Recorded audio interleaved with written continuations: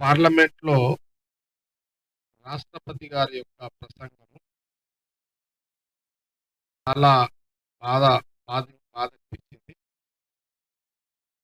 జనరల్‌గా రాష్ట్రపతి యొక్క ప్రసంగంలో గవర్నమెంటు కొంత నివేదిక రాసిస్తది.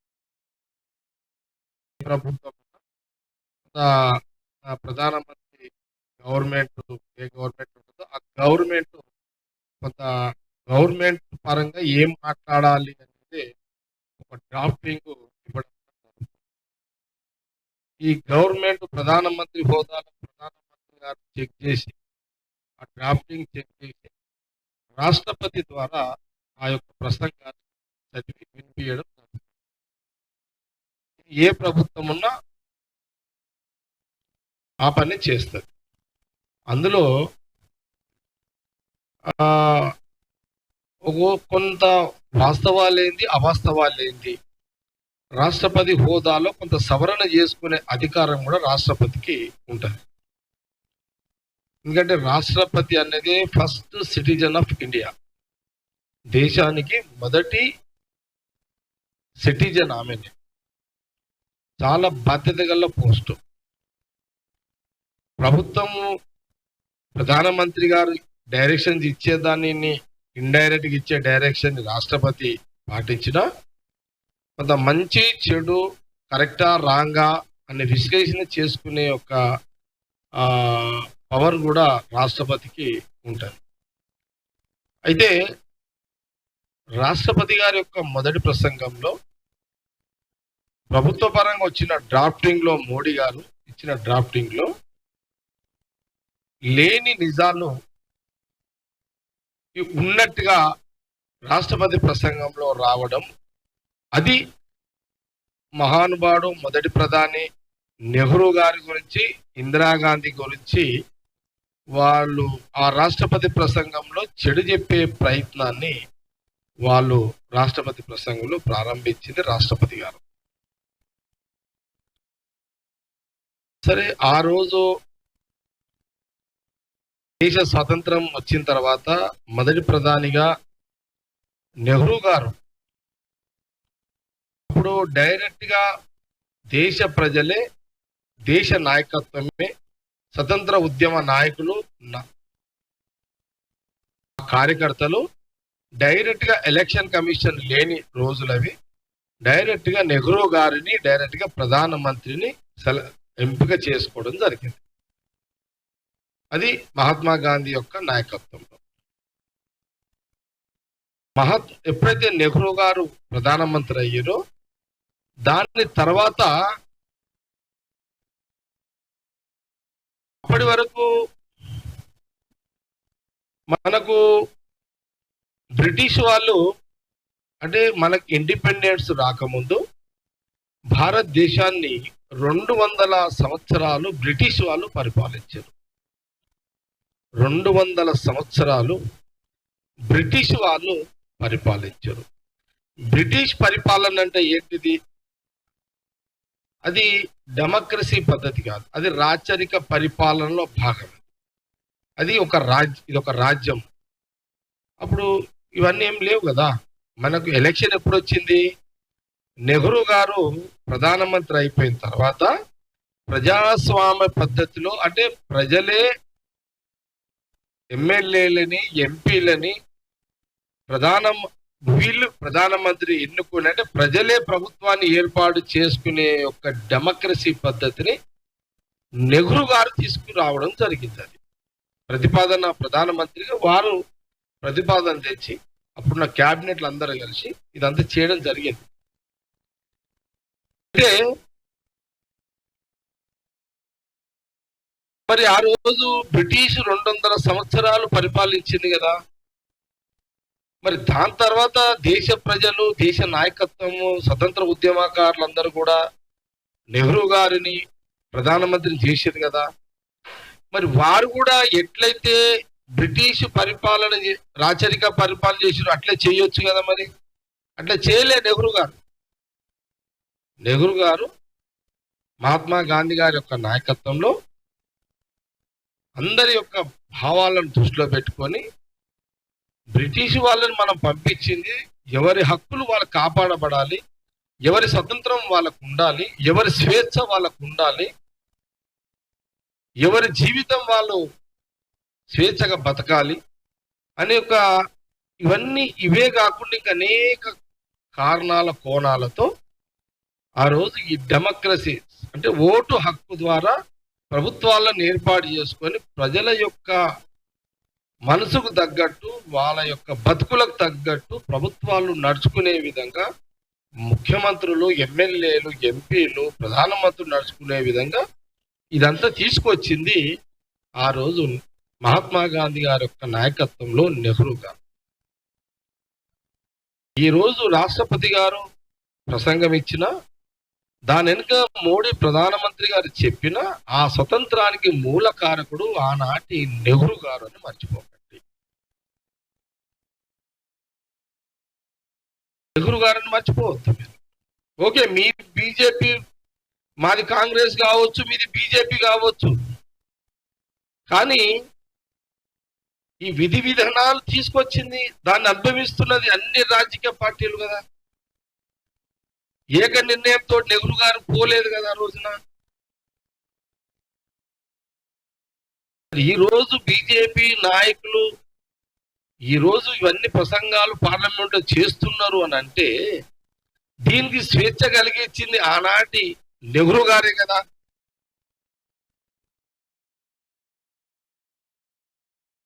అయితే ఇంకొక మాట బీజేపీ వాళ్ళు అంటున్నారు, బాబాసాహెబ్ అంబేద్కర్ గారిని ఓడగొట్టింది కాంగ్రెసే అని వాళ్ళు అంటున్నారు. ఇది ఎంత అబద్ధం చూడండి బీజేపీ నాయకులు. ఆ రోజులల్లో వీళ్ళు ఎక్కడున్నారు? ఆ రోజు అంబేద్కర్ గారు సంబంధించిన వ్యవహారంలో ఆ రోజులలో ఉన్నది ఎవరు? ఆ రోజులలో అటల్ బిహారీ వాజ్పేయి, ఎల్కే అద్వానీ గారు. ఎప్పుడైనా అటల్ బిహారీ వాజ్పేయి, ఎల్కే అద్వానీ గారు అంబేద్కర్ గారిని ఓడగొట్టారు అని ఎప్పుడన్నా చెప్పిన సందర్భాలు ఉన్నాయా? మరి ఎప్పుడైనా ఉన్నాయా? లేవు. ఈ మాట ఎవరు అంటున్నారు? ఇప్పుడున్న ప్రధానమంత్రి మోడీ గారు, అమిత్ షా గారు, వాళ్ళ క్యాబినెట్ మంత్రులు అంటున్నారు. మొన్న ఎంపీలుగా ఈ 10, 15, 20 ఏళ్ల నుంచి ఎంపీలుగా ఎవరైతే పార్లమెంట్ లో కూర్చుంటున్నారో వాళ్ళు మాట్లాడుతున్నారు. ఈ ఆశ్రమాల్లో కూర్చొని ఆశీర్వాదాలు ఇచ్చి కాషాయ బట్టలు వేసుకొని ఎంపీలుగా వచ్చి పార్లమెంట్ లో కూర్చున్న వాళ్ళు మాట్లాడుతున్నారు. వాళ్ళకు స్వాతంత్రం గురించి తెలియదు, వాళ్ళకు తెలియదు, రాజకీయాల గురించి తెలియదు, తెలియదు, ఈ తెలియదు అన్న.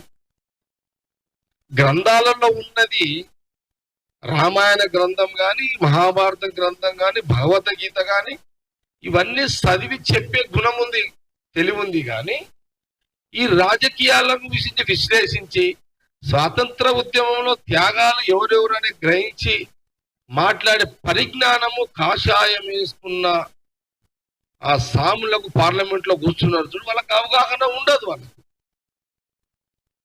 మాట్లాడతారు, వాళ్ళ నోరుంది, వాళ్ళు మాట్లాడతారు. ఎందుకంటే వాళ్ళు చెప్తే కొందరు వాళ్ళ భక్తులు వింటారు, వాళ్ళ శిష్యులు ప్రచారం చేస్తారు. కానీ జరిగింది ఏంటి? ఒకసారి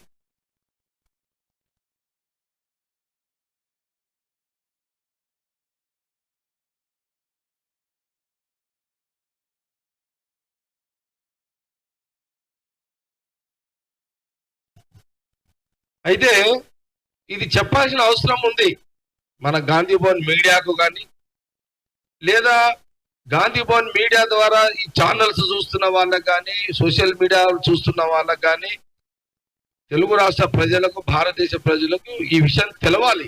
ప్రాబ్లం ఏమైపోయిందంటే ఇప్పుడున్న జనరేషన్ కి ఏ విషయాలు తెలుస్తలేవు, చరిత్రలకు వాళ్ళు పోలేరు. కాబట్టి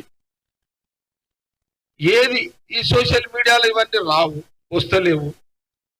మోడీ గారు మాట్లాడిందే కరెక్ట్, అమిత్ షా మాట్లాడిందే కరెక్ట్ అని ఎక్కువ జనాలు అనుకునే పరిస్థితి ఉంది.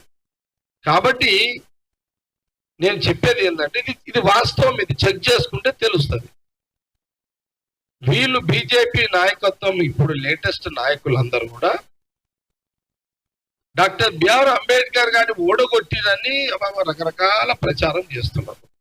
ఇది తప్పు అని కాంగ్రెస్ పార్టీ గాంధీ భవన్ చాలా స్పష్టంగా తెలియజేస్తున్నాము.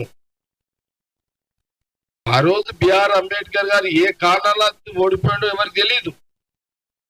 కానీ ఒకవేళ నిజంగా ఆ రోజు బీజేపీ వాళ్ళు చేసే ప్రచారమే నిజమని మీరు ఎవరన్నా అనుకుంటే ఖండన చేస్తున్నాం మేము దాన్ని. బిఆర్ అంబేద్కర్ గారు ఓడిపోయిన తర్వాత ఆ రోజు నెహ్రూ గారు మహాత్మా గాంధీ యొక్క నాయకత్వంలో వారిని మళ్ళీ ఎంపిక చేసి, ఎవరిని? బిఆర్ అంబేద్కర్ గారు ఆయన ఎంపిక మళ్ళీ ఎన్నుకోబడి తర్వాత ఆయనకు న్యాయశాఖ మంత్రిగా ఆయనకు మినిస్టర్ ఇచ్చి, ఇది నెహ్రూ గారు ప్రధానమంత్రి క్యాబినెట్ లో అంబేద్కర్ గారు ఓడిపోయిన తర్వాత మళ్ళీ నెహ్రూ గారు అదే క్యాబినెట్ లో ఆయనను ఎంపిక చేసి, దాని తర్వాత అంబేద్కర్ గారికి ఆ రోజు నెహ్రూ గారు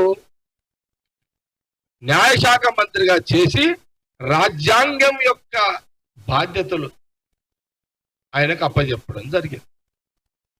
ఆ తర్వాత అప్పుడు బిఆర్ అంబేద్కర్ గారు ఈ రాజ్యాంగాన్ని అప్పుడు వారు తయారు చేయడం జరిగింది. తయారు చేసిన తర్వాత ఇది ప్రధానమంత్రి నెహ్రూ గారికి అంబేద్కర్ గారు సమర్పించిన తర్వాత అక్కడి నుంచి మన రాజ్యాంగ బిఆర్ అంబేద్కర్ గారు ఏదైతే రాసి ఇవ్వడం జరిగిందో ఆ యొక్క చట్టాలు, ఆ యొక్క న్యాయ వ్యవస్థ, ఆ చట్టాలు, ఆ ప్రజా పరిపాలన, ప్రజల హక్కులు, ప్రజాస్వామ్యము, స్వేచ్ఛ,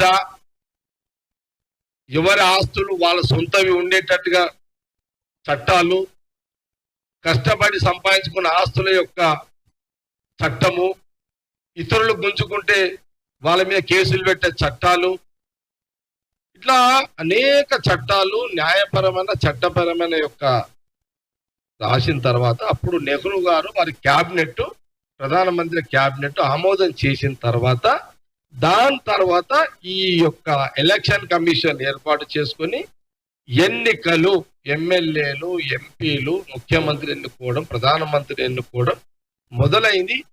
ఈ జ్ఞానము బీజేపీ నాయకులు లేకపోవడము ఒకటి.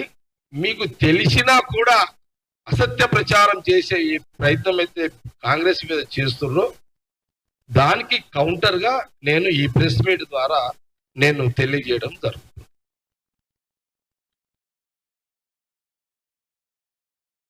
నెహ్రూ గారు మళ్ళీ ఒక మాట మాట్లాడతారు, నెహ్రూ ప్రజాస్వామ్యాన్ని కూని చేశారు, ఇందిరాగాంధీ గారు గరీబీ హటవో నినాదము ఇది ఒక బూటకమని. ఎట్లా మాట్లాడతారు మీరప్పుడు? ఇది బహుశా మీరందరూ ఇంకా మీరు రాజకీయాలలో అది వీళ్ళు ఇంకప్పటికి మోడీ మీరప్పుడు రాజకీయాలలో రాలే, అమిత్ షా వచ్చిండు అప్పుడు. మీరప్పుడు రాజకీయాలలో చదవలేవు. వాళ్ళు ఎప్పుడు వాళ్ళు కాలేజ్ స్టూడెంట్స్. అప్పుడు మీరు హై స్కూల్లో కాలేజ్ స్టూడెంట్ చదువుతున్నారు, మోడీ గారు, అమిత్ షా గారు. నేనేమంటున్నా అంటే ఏం రాకేష్, రాజకీయాలకు మీరు రాలే. ఆ రోజుల్లో తినడానికి తిండి లేదు. బహుశా మోడీ గారికి ఉన్నదేమో, అమిత్ షాకు ఉందేమో తెలియదు మన.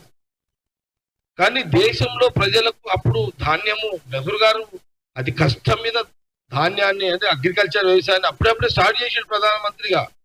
ఆ మొదలుకొనే ఇంకా గ్రామీణ ప్రాంతంలో ఎస్సీలు,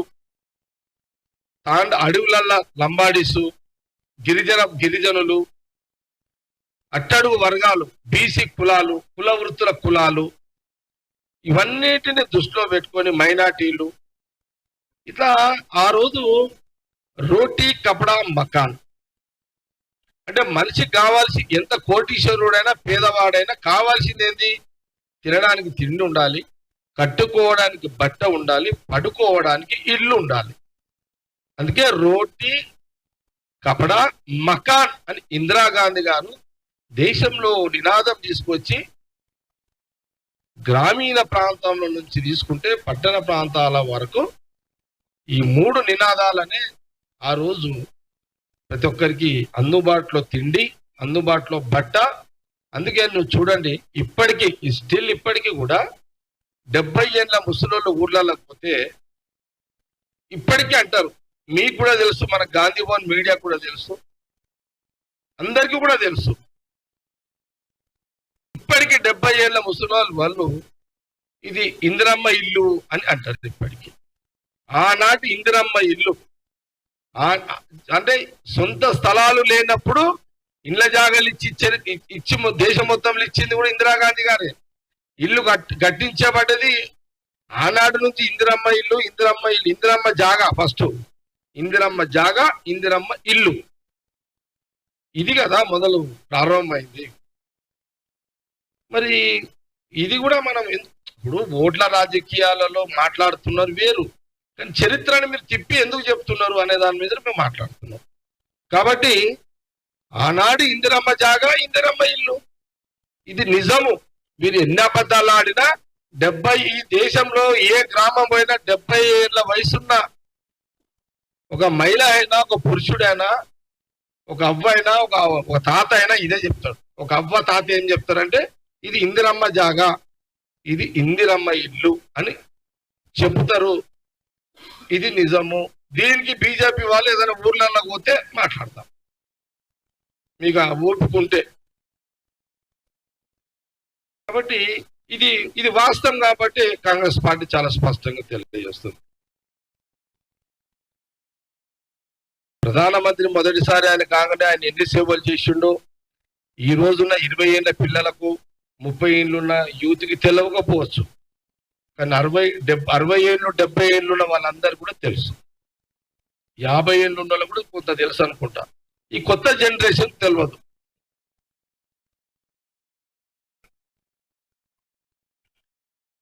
స్వాతంత్రము ఇప్పుడు మోడీ గారు 3 సార్లు ప్రధానమంత్రి అంటే దేశం కోసం, దేశ ప్రజల కోసం ఒక్కరోజు కూడా జైలు జీవితం గడపలేదు. ఎప్పుడైనా 1 గంట 2-3 గంటల జీవితం జైళ్ళలో ఉన్నాడా దేశ ప్రజల కోసం? ఎవరు? ప్రధానమంత్రి మోడీ గారు లేరు కదా. ఉన్నట్టు రికార్డ్స్ ఉన్నాయి, బీజేపీ వాళ్ళు చెప్పగలుగుతారా? ఎక్కడ కూడా లేదు. కానీ అదే నెహ్రూ గారు ప్రధానమంత్రి కాకముందు, మనకు స్వతంత్రం రాకముందు దాదాపు ఆ రోజులలో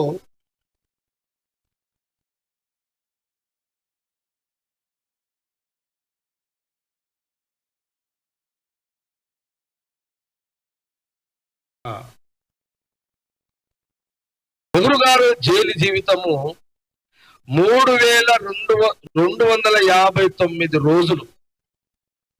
ఎగ్జాక్ట్ ఫిగర్ ఇది 3259 రోజులు, 3259 డేస్. అంటే దాదాపు 9.5 సంవత్సరాలు, 9 సంవత్సరాలు, 9.5 years నెహ్రూ గారు ఆ వయసులో తాను జైల్లో జీవితం గడిపిండు స్వాతంత్ర ఉద్యమం కోసము.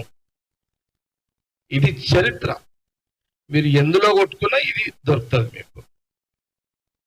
కాంగ్రెస్ పార్టీ ఏం అడుగుతున్నది? మోడీ గారు, మీరు దేశ ప్రజలకు ఎన్నిసార్లు దేశ ప్రజల కోసం పోరాటాలు చేసి ఎన్ని గంటలు జైల్లో ఉన్నారు చెప్పగలుగుతారా? ప్రధానమంత్రి కాకముందు నెహ్రూ గారు స్వాతంత్రం కంటే దేశ ప్రజల స్వాతంత్రం, స్వేచ్ఛ కోసము ఇండిపెండెన్స్ రావాలని 3259 రోజులు, 9.5 సంవత్సరాలు ఉన్నాడు. మోడీ గారు 3 సార్లు మీరు ప్రధానమంత్రి గారు కదా, దేశ ప్రజల కోసం ఏమన్నా మేలు చేయడానికి మీరు కొన్ని గంటలైనా జైలు జీవితం గడిపిర్రా? దీనికి జవాబు బీజేపీ నాయకత్వం చెప్పాలని కాంగ్రెస్ పార్టీ కోరుతుంది.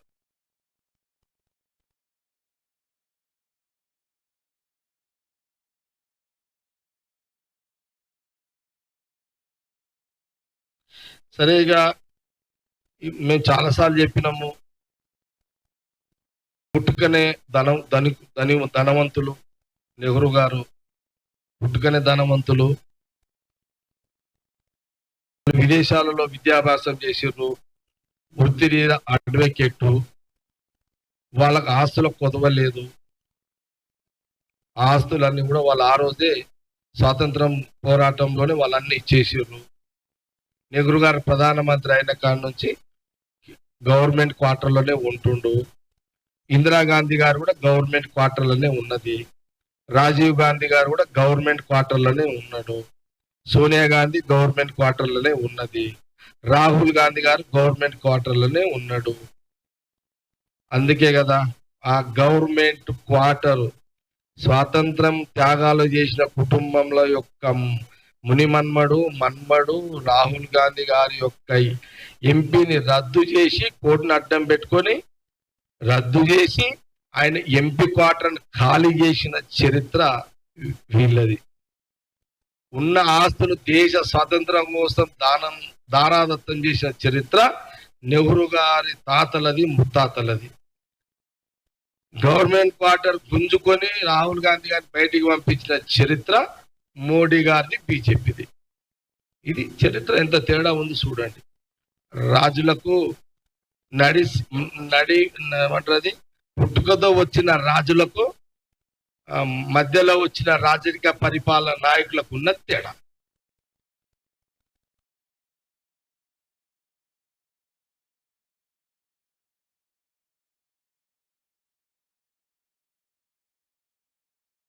ఈ డెమోక్రసీ గురించి వీళ్ళు మాట్లాడినా, మనము బీజేపీ వాళ్ళు డెమోక్రసీ గురించి మాట్లాడుతున్నారు, దానికి వాల్యూస్ లేవు. వాళ్ళు ఎన్ని మాట్లాడినా వేస్ట్. అది దేశ ప్రజలకు తెలుసు, అందరికి తెలుసు.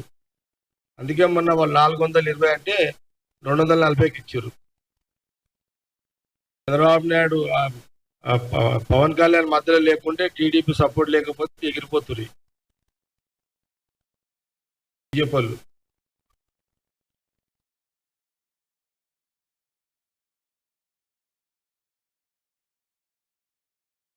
అందుకే మేము కాంగ్రెస్ పార్టీ ఏం చెప్తుందంటే, నెహ్రూ గారి గురించి, ఇందిరాగాంధీ గురించి విమర్శలు చేసే నైతిక హక్కు బీజేపీ నాయకత్వానికి, కేంద్రానికి కానీ రాష్ట్ర నాయకులకు కానీ లేదు అన్నదే కాంగ్రెస్ పార్టీ చాలా స్పష్టంగా తెలియజేస్తుంది.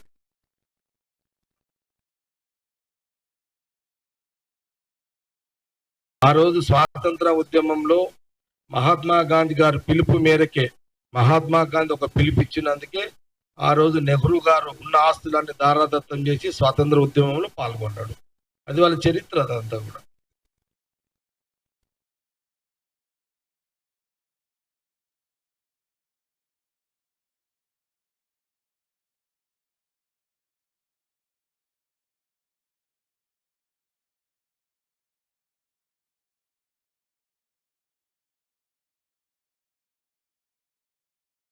వాళ్ళు స్థిరాస్తులలో పుట్టిన సుఖ జీవితాలు జీవించే వాళ్ళకు ఆస్తులున్నా, వాళ్ళు ఎప్పుడు కూడా సుఖ జీవితాన్ని బతకాలనే ఆలోచన రాకపోవడానికి కారణం ఏంటంటే, ఆనాడు దేశ ప్రజలు పడుతున్న ఇబ్బందులు, మహాత్మా గాంధీ ఉద్యమము, ప్రజల ఇబ్బందులు. అందుకే వాళ్ళకున్న ఆస్తులలో సుఖంగా బతకాలని ఏనాడు కూడా ఆనాడు నెహ్రూ గారు కానీ, ఆయన కూతురు ఇందిరాగాంధీ గారు కానీ ఎప్పుడు చేయలేదు. వాళ్ళు ఎప్పుడు. వాళ్ళు ఎంతసేపు దేశము, ప్రజలు, వాళ్ళ జీవితాలు, దీని మీదనే వాళ్ళ కుటుంబము అందరు కూడా తెలిసిందే. కొన్ని దేశ ప్రజల భద్రతలో ఇందిరాగాంధీ గారు చనిపోవడం జరిగింది. దేశ భద్రతల భాగము రాజీవ్ గాంధీ గారు కూడా చనిపోవడం జరిగింది. చనిపోవడం అంటే చంపబడ్డారు. వాళ్ళిద్దరు కూడా చంపబడ్డారు. చంపబడ్డ కుటుంబము ఇంకా సోనియా గాంధీ, రాహుల్ గాంధీ గారు, ప్రియాంక గాంధీ ఇంకా వాళ్ళు ఎవరికి భయపడకుండా, జంకకుండా, వాళ్ళ ప్రాణాలకు ఎక్కడి నుంచి ముప్పు వస్తుందో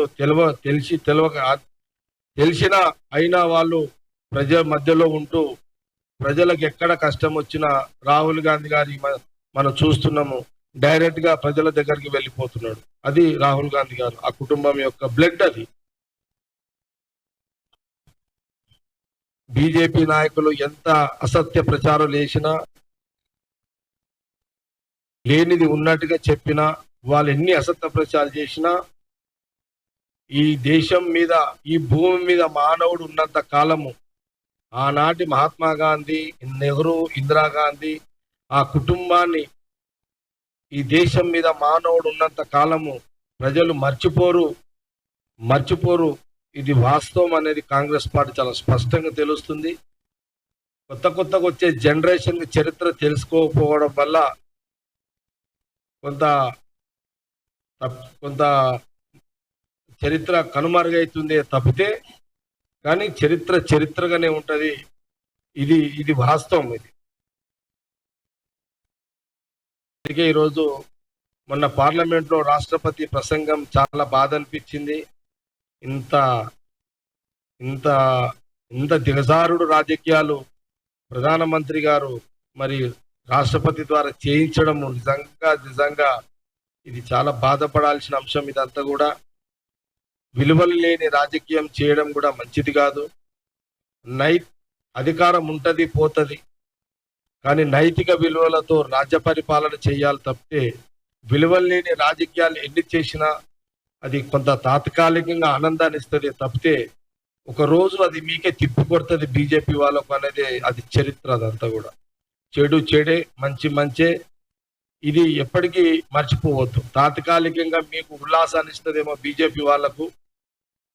ఎవరు చేసినా తప్పులే, మంచే ఉంటది. కాబట్టి మొన్న రాష్ట్రపతి ప్రసంగాన్ని ప్రధానమంత్రి గారు చదివించేదాన్ని కాంగ్రెస్ పార్టీ తీవ్రంగా ఖండిస్తూ, ఇది చరిత్ర మిమ్మల్ని మెచ్చదు అని మరొకసారి స్పష్టత తెలియజేస్తూ, మరి ఈ యొక్క